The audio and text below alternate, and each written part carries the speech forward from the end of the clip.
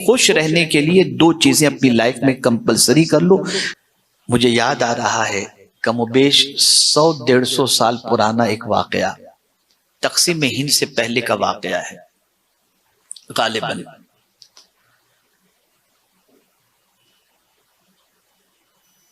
European countries से किसी एक कंट्री से एक कपल हिंदुस्तान आया,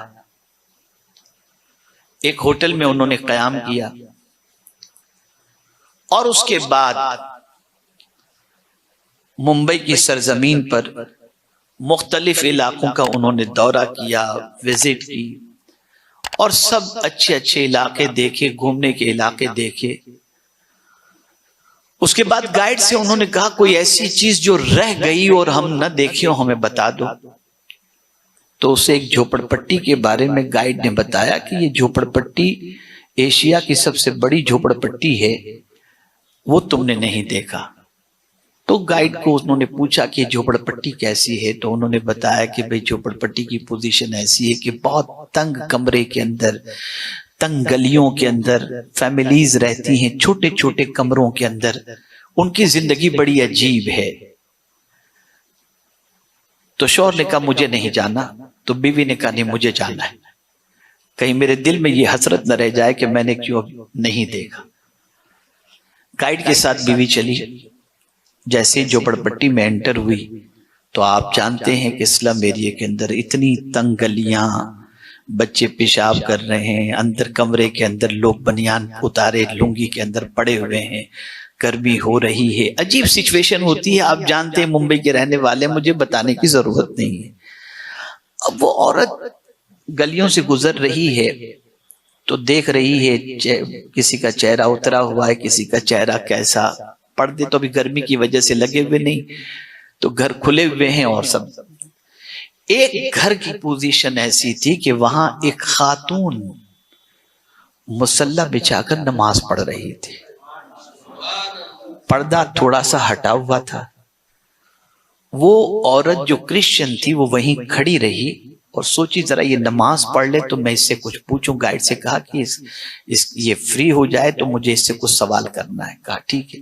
वो जैसे ही सलाम फेरी तो सलाम फेरते ही जो है वो गाइड ने उस खातून से पूछा कि क्या पूछना चाहती हो। बोले मैं इसके चेहरे पे सुकून देख रही हूं, तो सिर्फ ये जानना चाहती हूं कि जितना इसका कमरा है उससे कई गुना बड़ा तो मेरा बाथरूम है, लेकिन मैं परेशान हूं इस तंग घर के अंदर इसके चेहरे पे जो सुकून नजर आता है वो सुकून हमारी जिंदगी में नहीं है। तो आखिर क्या इसके दिमाग के अंदर चीज है जिसकी वजह से वो इतनी मुतमईन है और इतनी खुश है, जरा इससे पूछो। जब उससे पूछा गया, गाइड ने जब पूछा, अब उसका जवाब सुनिए। वो कहती है देखो ऐसा है कि बंगलों में भी अगर कोई रहे तो भी उसे मरना है, फ्लैट में रहे तो भी मरना है, और मैं झोपड़े में रह रही हूं मुझे भी मरना है। असल खुशी दुनिया की नहीं, तवज्जो चाहूंगा, असल खुशी दुनिया की नहीं। अब तुम जानना चाहती हो कि मैं क्यों खुश और मुतमईन हूं। रीजन सबसे बड़ा ये है कि मुझे अल्लाह ने ईमान की दौलत अता की है, मरूंगी तो अल्लाह मुझे जन्नत की नेमत अता फरमाएगा। उस परमानेंट खुशी के तसव्वुर ने मुझे यहां पर मुतमईन कर रखा है। ये एक चीज है, हमारे पास वो चीज मौजूद है फिर भी हम बेचैन हैं। हमारा दिल इन दुनिया की चीजों में लगा हुआ है, इन दुनिया की अशिया में लगा हुआ है। इसकी मोहब्बत इतनी घिर चुकी है कि ये मिले तो खुश और न मिले तो खुश नहीं। खुश रहने के लिए दो चीजें अपनी लाइफ में कंपलसरी कर लो। जैसे हो अल्लाह का शुक्र, एक चीज, और जो हो उसे एक्सेप्ट करने की आदत रखो। जहां आपने आर्टिफिशियल चीजों से जो नहीं हो उससे शो करने की आपने कोशिश की, जिंदगी में कभी आप खुश नहीं रह सकते। ओरिजिनलिटी के अंदर अल्लाह ने सुकून रखा है, नेचुरल में अल्लाह ने सुकून रखा है, आर्टिफिशियल में कतई तौर पर नहीं रखा।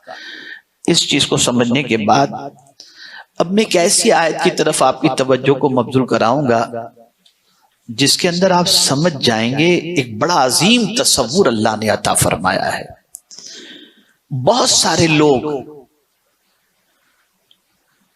बहुत सारी चीजों के मिलने पर या बहुत सारी चीजों से महरूम होने पर अफसुर्दा हो जाते हैं, उनकी खुशी रुखसत हो जाती है। कुरान और कुर्बान जाइए कुरान की इस आयत पर, एक साइकोलॉजिकल इंसान की तरबियत ये आयत कर रही है। और उसमें भी हजरत इमाम जाफर सादिक रदी अल्लाह तआला अन्हु का एक कौल जब मैं आपके सामने पेश करूंगा तो मैं ये समझता हूं कि आज की महफिल का मकसद इंशाअल्लाह अज़ीम किसी हद तक कामयाबी से हमकनार हो जाएगा। मकसद जो है आयत लिकैला तासौ अला मा फातकुम वला तफरहू बिमा अताकुम, एक अजीम तसव्वुर कुरान दे रहा है, एक अजीम सोच कुरान दे रहा है। क्या सोच है? कुरान कह रहा है इसलिए कि गम न खाओ उस पर जो हाथ से जाए। मिसाल के तौर पर पहले अरबपति थे, अब हमारी पोजीशन ये हो गई, इस पर गम मत खाओ। क्यों? मैं इसका रीजन बताऊंगा। जो कुछ तुम्हारे हाथ से चला गया उस पर गम मत खाओ, और इसी के साथ साथ और उस पर भी खुश मत हो जाना जो तुम्हें अल्लाह ने दिया है। दोनों चीज कितनी अजीम कितना अजीम पहलू है। जो चला गया उस पर गम मत करो, और जो है उस पर खुशी मत बनाओ। तवज्जो चाहूंगा, एक ऐसा कानून कुरान दे रहा है जिस कानून को इंसान समझ ले तो मैं समझता हूं कभी उसकी जिंदगी में अफसुर्दगी, अपसेट और गमगीन होने का मामला नहीं हो सकता। जो चला गया उसका गम मत करो, और जो है उस पर खुशी मत मनाओ। इसकी तफसीर में इमाम जाफर सादिक रदी अल्लाह तआला अन्हु फरमाते हैं जो गया उस पर गम क्यों नहीं करना चाहिए? इसलिए कि तेरे गम से पलट कर वो वापस तो आने वाला नहीं। तेरे गम करने से वो वापस तो पलट कर आने वाला नहीं, तो क्यों गम करता है? जो जाना था गया, और जो तेरे पास है उस पर तू खुशी भी मत मना, इसलिए कि मौत इसको तेरे हाथ से छीन लेगी। जब मौत आएगी तो तेरे पास जो भी है वो सब मौत तो छीन लेगी, तू लेके तो कुछ भी नहीं जा सकता। आदमी कहता है ये मेरा बंगला, ये मेरी गाड़ी, अल्लाह फरमाते तेरा है तो लेके जा कब्र में। पता चला कुछ भी हमारा नहीं है, कुछ भी हमारा नहीं है। जो कुछ है वो अल्लाह का दिया हुआ है। अब आदमी कंफ्यूजन का शिकार हो जाता है कि यार फिर क्या, कैसे जिंदगी गुजारी जाए, खुश कैसे रहा जाए। बस एक हदीस अर्ज करता हूं, और मैं समझता हूं कि अगर इसे आपने जहन में महफूज कर लिया ना तो इंशाअल्लाह रब ने चाहा तो दुनिया में भी खुशी मिलेगी और आखिरत में भी खुशी मिलेगी। रसूल आजम सल्लल्लाहु अलैहि वसल्लम फरमाते हैं तुम्हें खुश कब होना है? हाय हाय सुभान अल्लाह, तुम्हें खुश कब होना है? हुजूर फरमाते हैं इज़ा सर्रत का हसनतुक, जब तुमसे नेकी हो जाए तुम खुश हो जाए। एक खुशी का दस्तूर सरकार ने अता फरमा दिया। और तुम्हें गम में कब गिरफ्तार होना है? फसाअत का सय्यअतु, जब तुमसे गुनाह हो जाए तुम गमगीन हो जाओ। खुशी हो जाए, नेकी हो जाए, खुशी मनाओ। इसलिए कि नेकी ऐसी चीज है जिसका फायदा दुनिया में भी मिलता है और आखिरत में भी मिलता है। नेकी इंसान के कल्ब को मुतमईन करती है। गरीब का माल खाने से सुकून नहीं, गरीब का पेट भरने से सुकून मिला करता है। आप अल्लाह का जिक्र करेंगे तो सुकून मिलेगा, गाने में सुकून नहीं है। आप किसी परेशान हाल की मदद करेंगे तो सुकून मिलेगा, आप किसी इंसान को परेशान करेंगे तो सुकून नहीं मिल सकता। जब जब अल्लाह का जिक्र करेंगे तो आपको सुकून मिलेगा। और बड़ी प्यारी बात मुझे याद आ गई, बड़ी प्यारी बात, खुशी वो है, खुशी वो है जिसे याद करके भी खुशी हो। आप हज करने गए, वापस आ गए, क्या कहना, क्या अरफात का मंजर था। याद आ गई वो चीज, फिर भी आपको खुशी हो रही। यानी वो काम जिसके करने के याद आने पर भी खुशी हो, हकीकी मानों में वो खुशी है।